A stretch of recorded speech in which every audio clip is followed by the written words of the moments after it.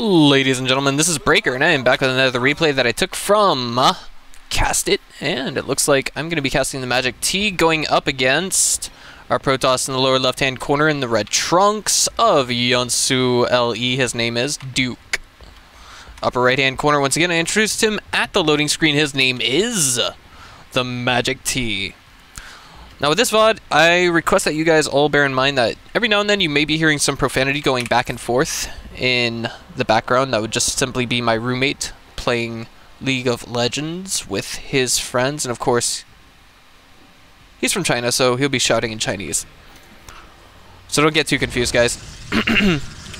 Now, the map we're on again is once again Yeonsu. I must have said this maybe a dozen times, but the name of this map is, you could say, named after a city in Korea, but the name of that city actually means prosperity, longevity, and salary. Kind of weird once you stop and think about it for a minute, but looking at the map for just a teeny bit, we do have a bit of a thinner choke point when compared to some other maps. Lots of potential for drop play, exploiting your opponent's immobility, and so on and so forth. Fourth here is, of course, separated from rocks, which is why we see a lot of people opting for this base as their fourth. And already we can see TheMagicT going for a forward barracks and a refinery shortly afterwards, indicating that he's going to be going for a Reaper.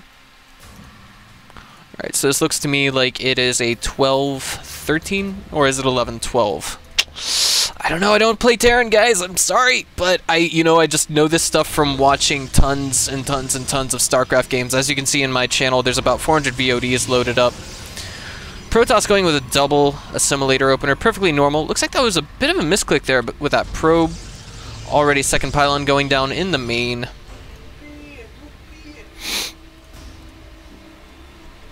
And TheMagicT's barracks is about to finish up.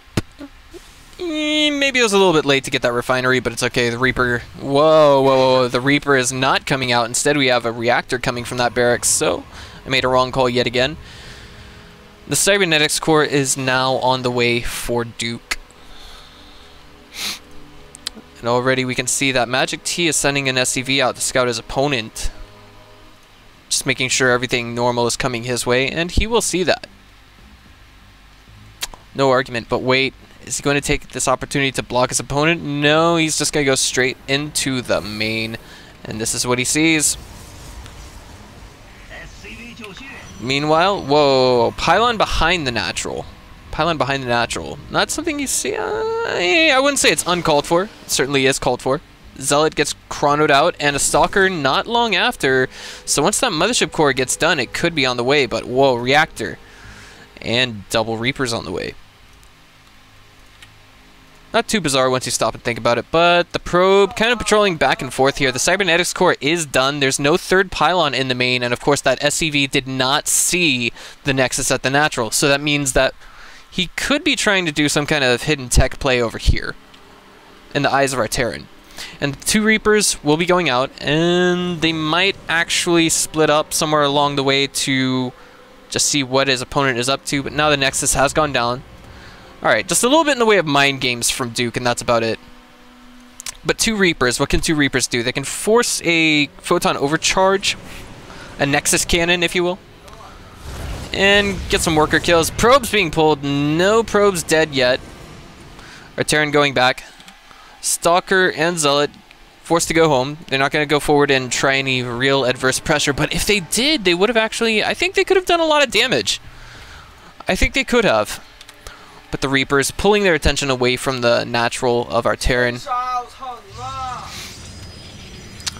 And the Robo going down as well. Alright, so this isn't something you would typically see every day, but I'm a little bit curious as to just what Duke has up his sleeves with this kind of play. I'm not actually accustomed to seeing this, but I've seen a lot of games, and I'm still learning the curves. I mean, HOTS is still, once you compare it to Wings of Liberty, it's still a relatively young game. And Gateway Tech, Warp Gate Tech, excuse me, is about to finish up.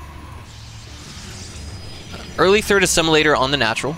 Actually, rather timely once you stop and think about it. The question is, what are we going to see our Terran doing, our Protoss doing with all of that gas? Now, speaking of our Terran, he actually just goes straight into bio. So MagicT could possibly just be trying to formulate some kind of a timing. He's already got stim and combat shields on the way, of course. It's a good idea to get... If you're going for a timing, of course, it's a good idea to get stim 60 seconds ahead of your combat shields. This way you actually have time to make that timing. And already we can see that Duke is going for Colossi. Alright, perfectly normal. Perfectly normal. But does he know about what his opponent has in the main? He does not. He does not. And what about the natural? He didn't see anything yet. No. And that's a lot of Marines right there from MagicT. I think if he was knocking at his opponent's front door right now, he could do a lot of damage. And the really dangerous part about this opener from Duke is that he actually only just now got his first sentry. And a single force field, all that will be good for doing is simply preventing that many Marines from going into the main. +1 attack on the way as well, and I think relatively soon we should see MagicT moving out. His stim pack is about 50 seconds away from finishing, so maybe we'll see him moving out in about 10-20 seconds max. Just a guess. Just a guess. But behind that, the robotics bay has finished up. We've got a single observer on the way. And we're waiting for Duke to do something. He's got to get something in production. He really does. He doesn't know just what his opponent has. And the longer he delays that Colossi from coming out, the harder it's going to be for him to hold this wave of attack, if you will. And already he's making a move for a third, and he's got very little in the way of production buildings. That means if he loses all of this small force that he has, I fear for the worst. It could be GG. Reaper already moving out, hitting tower number 2. Tower number 1 is also taken, and observer not quite looking at... Oh wait, I'm sorry. There's a patrolling observer over here, and it can actually see everything that MagicT has. He'll probably throw a scan down relatively soon to get rid of that. Extended thermal lance on the way, and a Stargate. So I'm a little bit curious as to what we're going to see from Duke. Is it going to be Phoenix Colossi as a composition? I mean, it's still possible, but the most ideal way to do this kind of a build is to actually open with a Stargate. Send an Oracle at your opponent's main or natural. Try to do some damage. Try to pull their attention away from going to your base. And then immediately begin on Phoenix production and then go into Colossi. Well, the Stargate's finished. What are we going to see coming from Duke? 3 more gateways added on as well. He's opened up 2 paths to his natural, and I think that's a little bit dangerous. Phoenix it is. And this is actually quite dangerous. T is moving out. You know, the second Colossus is about to finish up. There's a lot of sentries here. I think if we see some adequate force fields, MagicT could do a lot of damage to himself. There was a scan just now, but the observer does see this. Where's the scan? It's at the natural. There it is. He sees everything. So will MagicT choose to go in here and do some damage? If he does, and he doesn't hit those Colossi immediately, he's in a ton of trouble. Okay, so checking to see if there's a third. And Duke is actually moving out of his natural right now. He's kind of cornering some of that bio just a little bit. 1 force field goes down, but it looks like Duke isn't going to commit to destroying that bio army just yet. But at the same time, there is a medevac drop that's getting ready to go into the main of Duke. And he's in a lot of trouble. I mean, check the army supply difference right now. It's 20. But conversely, if we see MagicT lose all of that army at the same time, he's in a lot of trouble. That scan back home was to get rid of the observer, is what I'm thinking. And now the medevac has arrived in the main. I don't know. Doing a bit of damage. Kind of making a concave over here in case the main army should pull into the third. But it looks as though Duke is not adequately aware of just what his opponent is doing right now. Meanwhile, back at home for MagicT, trying to get that... Whoa. 3 base. Double reactor. Okay, he's trying to go for a ton of Vikings because he can see that his opponent's going for that Phoenix Colossi composition, and now, oh, the engagement! The Marines and Marauders are trying to target down the Colossi. It's not quite working out. They do get a lot of the gateway units, however, and now they're forced to pull back through those time warps. Ooh, boy, and both of the medevacs managed to evac all of the bio on the ground. And Duke is ready to take his third, but MagicT has already gotten a substantial lead on his own third. Army supply is still in favor of MagicT. Whoever whoever says that TheMagicT is not ahead right now has clearly not played this game. 3 Phoenixes now going into the main of TheMagicT from Duke with Love. He's pulling them back immediately. He sees just how many Vikings there are, and he's thinking to himself, oh man, this is not good.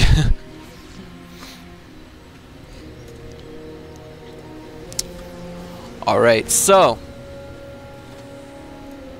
both players just kind of breaking away for the time being, and we finally see the +1/+1 on the way for Duke. Dangerous style of this play right now is that a good deal of resources, including Chrono Boost, are going to be committed to these 2 forges. And that means that they won't be able to commit, or Duke will not be able to commit too much Chrono Boost to his gateways. Already we can see TheMagicT moving out with just an absolute swarm of Vikings. And if he can manage to take down all these Colossi, the rest of the ground army is just going to be total mincemeat for TheMagicT. Scan going down already, trying to reveal that main army, and you can see it. He's also trying to create a concave at the same time. Duke looks like he's going to lose 1 Colossus almost straight off the bat. The Vikings now going toe-to-toe with the Phoenixes. The ground army of our Terran pulling back just a teeny bit as he realizes, oh no, this is a little bit too much for me to handle.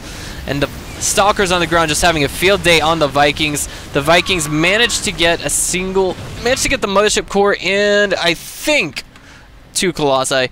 And now it looks like TheMagicT is forced to pull back for the time being.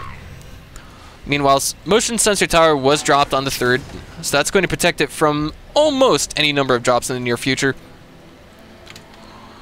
And Duke is trying to move out with what he's got.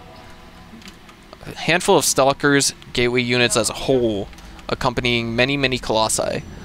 Now the Phoenix count, it looks like he's actually given up on the idea of producing Phoenixes. Well, just as I say this, he actually finishes one up and it flies out of the Stargate, and he gets started on another. Maybe just slipping up a teeny bit on his macro. Teeny mistakes here and there.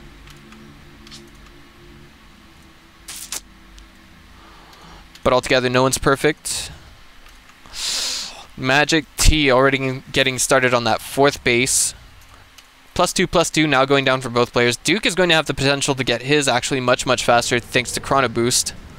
But at the same time, TheMagicT is going to be ahead economically, so we have to see Duke really use his army supply advantage again to his advantage. The Observer saw those 2 medevacs, but what is the reaction? Okay, just sending 2 Phoenixes. Charged legs now on the way, but there's only 3 Phoenixes now to deal with that drop. That double medevac drop, and it looks like the Marines on the ground are going to have a field day with those Phoenixes yet again. For the time being, 1 Marine will not make it home out of those 2 medevacs. Jeez. And I think another scan is about to go down to get rid of that 1 Observer. No, it looks like TheMagicT is not quite aware of it just yet. But where was that scan? Okay, it was to see if there was a 4th base or not. And it looks like TheMagicT is even completely unaware of the rocks not being broken down there. I think the scan hit it, but of course he didn't see any damage that was done to it. Now Duke is pretty far behind given his army supply right now. Twilight Council's charge lot legs are about 70-ish% done. We also have the Templar Archives now on the way. And more Phoenixes making their way into the composition. I think now would be an appropriate time to perhaps add on a 2nd Stargate, but of course it really depends highly on whether or not the macro of our Protoss can allow for it. And now the probe looks like he's trying to get into the 4th base, but he's still stuck on that AI move from when the rocks were there. And it looks like just now he's sending it in. But TheMagicT is moving out with so many Vikings. There are so many Vikings here. There really are. The Phoenix count, it's not going to be a problem for these Vikings. So now this is all going to come down to the storms. And are there any High Templar here that actually have enough energy for storms? I don't think so. This 1 lone High Templar is now 15 energy away, but Storm is now 50 seconds away from finishing. TheMagicT is going to try and A-move onto that, and it looks like he will have success for the most part, but the Colossi just absolutely devouring the Marines on the ground. These Stalkers blinking forward, trying to take down all of the Vikings that they can. And for the time being, it looks like these Colossi are coming dangerously close to falling. A huge warping of Stalkers on the ground. The Vikings trying to take down all of the Colossi, but one remains. Excuse me, two remain. 1.5 remains, actually. 1.5 giraffes. It looks like Duke is now pushing back. He does have a superior army supply. Make no mistake about it, ladies and gentlemen. He has a huge window of opportunity to do damage right here, right now. But at the same time, Duke is getting started. Excuse me, MagicT is getting started on his +3/+3. I'm wondering if this is perhaps just too many Stalkers, but it looks like, thanks to the low medevac count, he could actually be able to use these Stalkers to take down all of the Marines and Marauders that are at this position. He simply has to be aware of the situation that he's in right now. Long distance mining, getting started on a 5th base as well. And it looks like Duke is not taking advantage of his overwhelming army supply, and this is actually, oh man, this is allowing MagicT to not only get his numbers back up, but if MagicT's +3/+3 finishes in time, we're actually going to see Duke in a lot of trouble. EMP is also coming into the mix as well, so that's going to take the shields off of anything, as well as the energy away from any High Templar. Not to mention the mana on those sentries. Okay, so MagicT's got a 4th base, but of course, our Protoss aims to get ahead by starting a 5th. Alright, so lots and lots of gas going down for our Protoss.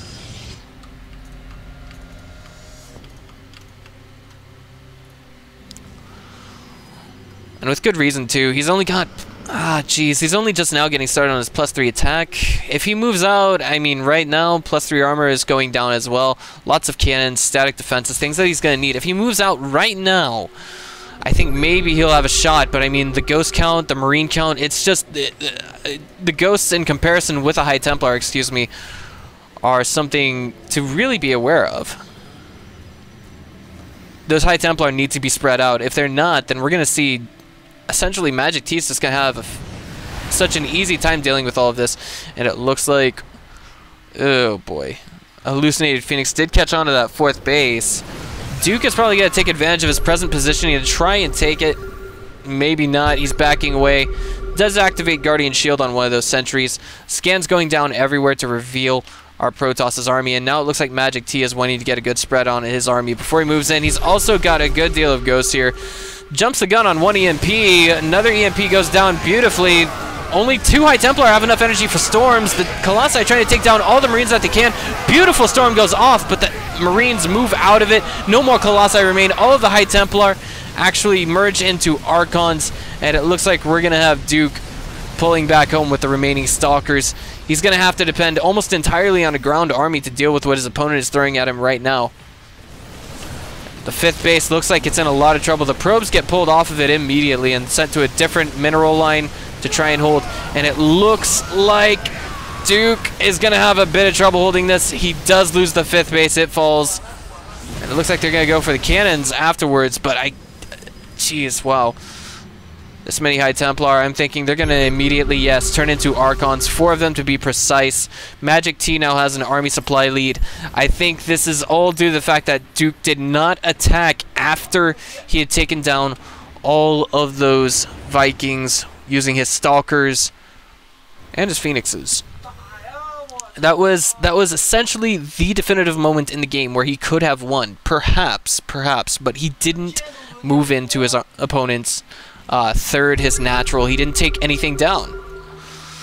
And it looks like, ooh, main has been relocated to the 5th, if that's what you want to call it, even with gas remaining on those geysers.